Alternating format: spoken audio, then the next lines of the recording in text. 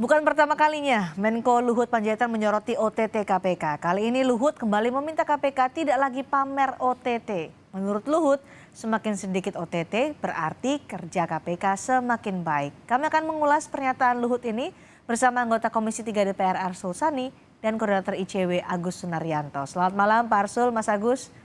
Selamat Selamat malam, Pak malam. Cindy. Assalamualaikum, Cindy. Waalaikumsalam warahmatullahi wabarakatuh. Pak Arsul, kita masih butuh OTT nggak?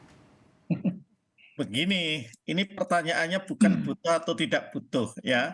OTT itu sesuatu yang legal juga karena memang hukum kita itu mengatur tentang OTT. Kan ada pasal tentang tangkap tangan. Jadi ini persoalannya butuh atau nggak butuh. Tetapi pertanyaan dasarnya adalah apakah fokus kerja penindakan itu, penindakan saja ini, saya belum bicara tentang pencegahan ya. Apakah fokus penindakan itu harus dengan OTT atau memperbanyak OTT? Kalau saya selalu berpendapat bahwa penindakan itu tetap diperlukan, ya. Tentu OTT itu salah satu metode, tetapi bagi saya yang lebih penting kalau ini dalam konteks KPK itu justru dengan case building, dengan membangun kasus melalui penyelidikan yang dimulai tentu dari penyelidikan tertutup dan sampai tahapan selanjutnya. Kenapa kok itu menjadi penting case building?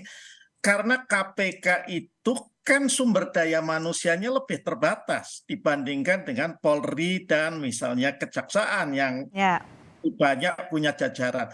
Nah, kalau fokusnya memang hanya pada OTT, tapi sekali lagi saya ingin katakan bukannya OTT itu tidak perlu sama sekali, terapi kejut kadang-kadang perlu. Kalau fokusnya pada OTT, maka kasus-kasus besar yang ini memerlukan case building ya, itu saya rasa itu tidak akan menjadi maksimal. Karena begitu di OTT kemudian kan harus ada proses hukum. Kecuali ke depan KPK bersinergi dalam kerangka fungsi Korsup ya, koordinasi dan supervisi, setelah di OTT maka diserahkan kepada aparatur penegak hukum yang lain. Entah itu Polri atau Kejaksaan, sehingga KPK-nya tetap bisa melakukan penindakan melalui proses case building. Ya, karena kalau hanya OTT yang dikatakan Pak Luhut itu juga tidak salah. Itu kan kebanyakan korupsi suap-suap yang tidak begitu besar. Coba kita bandingkan dengan Kejaksaan Agung lah. Yang case korupsinya kan besar-besar ya selama 2-3 tahun terakhir ini, Cindy. Saya kira itu ya. Oke, baik. Kalau menurut ICW gimana Mas Agus? Jangan pamer OTT seperti yang disampaikan oleh Luhut Binsar Panjaitan, karena kalau masih ada OTT berarti kinerja KPK belum baik nih.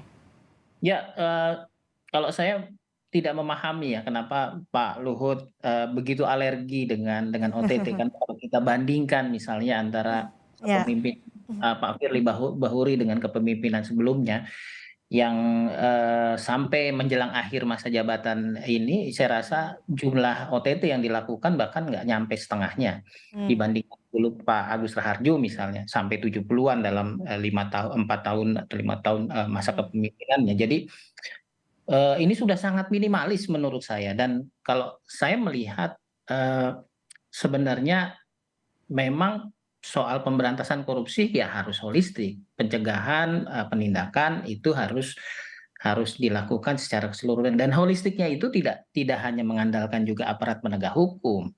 Kalau bicara pencegahan kan itu ada di hulunya nih, hulunya di mana?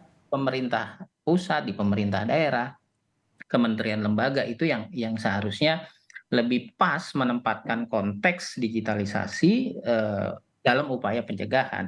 Ketika hulunya bocor, tidak bisa diantisipasi, maka penegak hukum yang bermain di situ dalam konteks penindakan tentunya.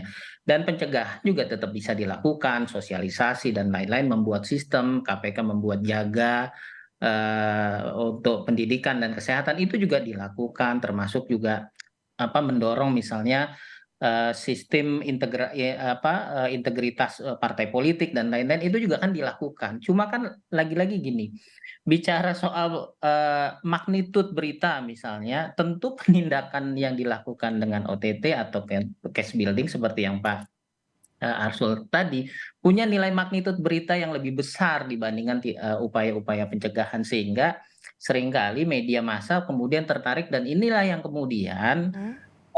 sepertinya menjadi gaduh gitu. Nah, menurut saya pemerintah itu seharusnya bisa mengkapitalisasi nilai dari upaya-upaya penindakan yang dilakukan oleh ya KPK, kepolisian atau Oke. kejaksaan untuk menaikkan indeks persepsi korupsi kita gitu.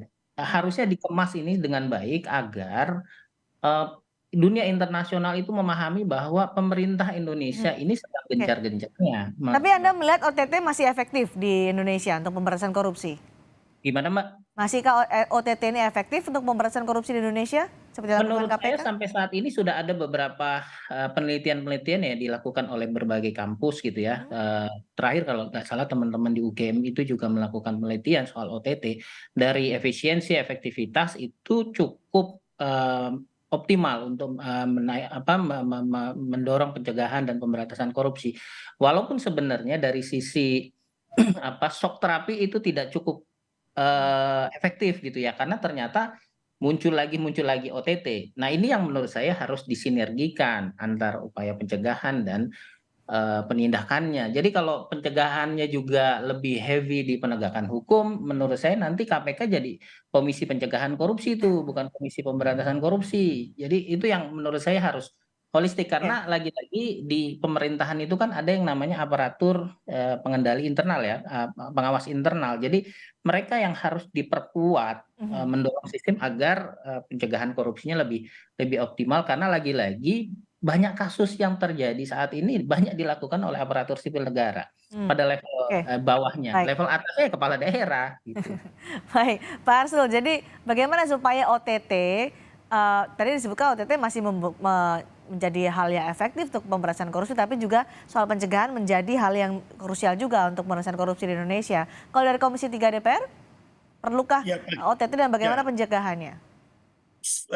saya kira begini Cindy ya, eh, dihilangkan atau tidak dilakukan sama sekali juga jangan, Oke. ya, karena memang perlu ada terapi-terapi kejut, ya.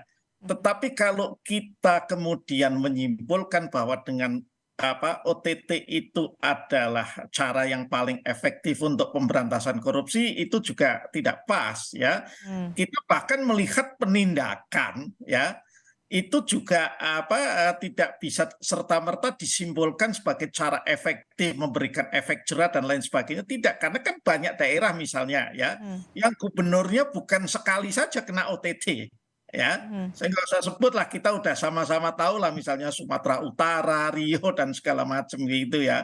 Nah, jadi memang ini harus berbarengan tanpa menegasikan. Jadi Ya, menurut saya baik. harus ada pada tone ya dan level yang sama, baik penindakan maupun pencegahan, serta kemudian diperkuat dengan pendidikan anti korupsi Baik. yang tadi Mas Agus juga sebut, seperti Ya. dengan partai politik yang berintegritas dan lain sebagainya itu gitu. Baik, tidak perlu dihilangkan tapi juga Nah, ada yang diperkuat. Terima kasih Pak Arsul, terima kasih Mas Agus sudah Ya, berbagi pendapat bersama kami di Sapa Indonesia malam hari ini. nah. ya, sampai jumpa.